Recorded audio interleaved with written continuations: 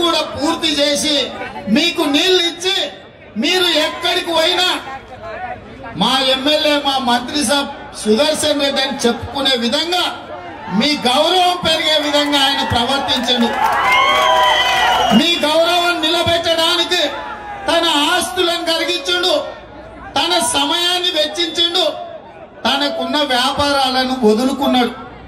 ఇన్ని త్యాగాలు చేసి బోధన్ బిడ్డల కోసం తన జీవితాన్ని తన ఆరోగ్యాన్ని సైతం లెక్క చేయకుండా మీకోసం అంకితమైన పెద్ద మనిషిని ఒక పాస్పోర్ట్ల బ్రోకర్ ను నమ్మి ఓడగొట్టారా? ఇవాళ నేను అడుగుతున్నా, బోధన్ బిడ్డలారా ఆలోచన చేయండి. పెద్దలు సుదర్శన్ రెడ్డి గారికి మీ పాస్పోర్ట్ల బ్రోకర్ అయిన షకీల్ కి ఏమన్నా పోలిక ఉన్నదా?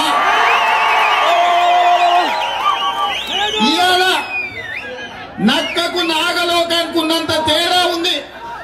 ఇవాళ సుదర్శన్ రెడ్డి గారి కాలు కోటికి సరిపోని షకీల్ కూడా ఎమ్మెల్యే దుబాయ్ తిరుగుతుందంటే ఇది బోధన్ ప్రజల గౌరవానికి మంచిదా అని నేను అడుగుతున్నా. ఇవాళ నేను అడుగుతున్నా, క్రికెట్ బెట్టింగ్ల గురించి వస్తే మీ ఎమ్మెల్యే పేరే వస్తుంది, పాస్పోర్ట్ల దందాల గురించి వస్తే మీ ఎమ్మెల్యే పేరు వస్తుంది, గల్ఫ్ ఏజెంట్ల గురించి ఎత్తుకుతే మీ ఎమ్మెల్యే పేరు వస్తుంది. గతంలో ఉమ్మడి రాష్ట్రంలో అది శ్రీశైలం కావచ్చు, నాగార్జున సాగర్ కావచ్చు, కల్వకుర్తి కావచ్చు, భీమా కావచ్చు, కోయిల్ సాగర్ కావచ్చు, నెట్టంపాడు కావచ్చు, హంద్రి నీవా కావచ్చు, ప్రాణహిత చేవల్ల కావచ్చు, పులిచింతల కావచ్చు, పోలవరం కావచ్చు, ఏ ప్రాజెక్టు మీదైనా శిలాఫలకాన్ని చూస్తే మీరు ఎన్నుకున్న ఎమ్మెల్యే పెద్దలు సుదర్శన్ రెడ్డి గారు మంత్రి ఉంటే ఏ శిలాఫలకం మీద చూసినా మీరు ఓట్లేసిన నాయకుడు మంత్రిగా శిలాఫలకం మీద ఉంటే ఇవాళ మీకు ఉన్న ఎమ్మెల్యే ఏ పోలీస్ స్టేషన్ లో చూసినా జేబులు కొట్టేటువంటి ఫోటోల కాదు ఉంది. ఇవాళ ఏ పాస్పోర్ట్ ఆఫీస్ లో పోయినా లేకపోతే విదేశాలకు పంపించే జగాలో పోయి చూసినా ఇవాళ షకీల్ పేరే ఉంది. ఇట్లాంటి మనం ఎమ్మెల్యేగా చేసుకుంటే మన గౌరవానికి మంచిదా? ఒక్కసారి ఆలోచన చేయండి సోదరులారా. ఆనాడు ఎన్నో ఏండ్ల నుంచి తెలంగాణ ఉద్యమం జరిగింది. ఈ ఎన్నో ఏండ్లలో చాలా సార్లు కాంగ్రెస్ గెలిపించినాం, కొన్నిసార్లు తెలుగుదేశం పార్టీని గెలిపించినాం. ఒక్కసారి కల్వకుంట్ల చంద్రశేఖరరావు గారికి అవకాశం ఇస్తే తెలంగాణను బంగారు తెలంగాణ చేస్తా అని కేసీఆర్ చెప్తే ప్రజలు నమ్మిండ్రు. నేను ఇవాళ అడుగుతున్నా, ఈడ కూర్చున్నాయా బయట हमारे माइनॉरिटी भाइयों को, भाई आप सोचो, आप घर जाने के बाद आप बेटा बेटी अगर कॉलेज को जा रहे, आपको 4% रिजर्वेशन किसने दिए? उस दिन कांग्रेस पार्टी डॉक्टर राजशेखर रेड्डी, आजाद, अहमद पटेल, अपना शब्बीर भाई मिलके गरीब माइनॉरिटी भाइयों को गरीब गले में मोहल्ले में साइकिल ट्यूब पंचर बनाने वाले, पान डब्बे में काम करने वाले, होटल में कपड़ा उठाने वाले, लारियों में सिलेंडर करने का बच्चे कलाशाला जाना, पढ़ना, डॉक्टर बनना, इंजीनियर बनना, लॉयर बनना बोल के आप लोगों को 4% रिजर्वेशन दिए।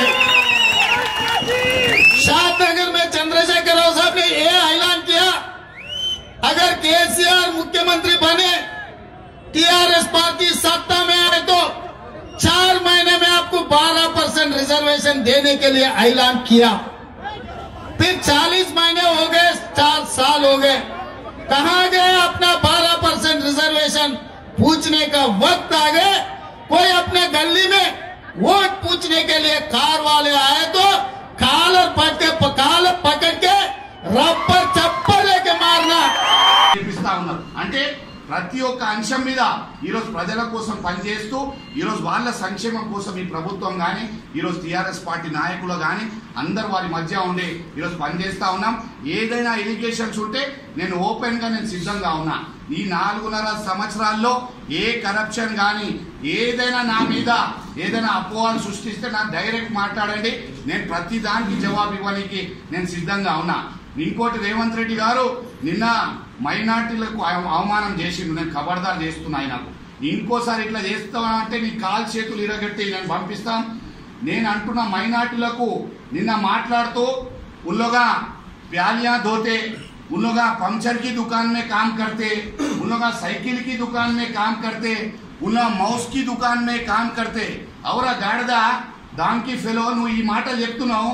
మళ్ళా 70 సంవత్సరాలు మీ కాంగ్రెస్ ప్రభుత్వం మైనార్టీలకు ఎందుకు మేలు చేయలే? మైనార్టీల పరిస్థితి ఎందుకు ఇటువంటి పరిస్థితి అయినది?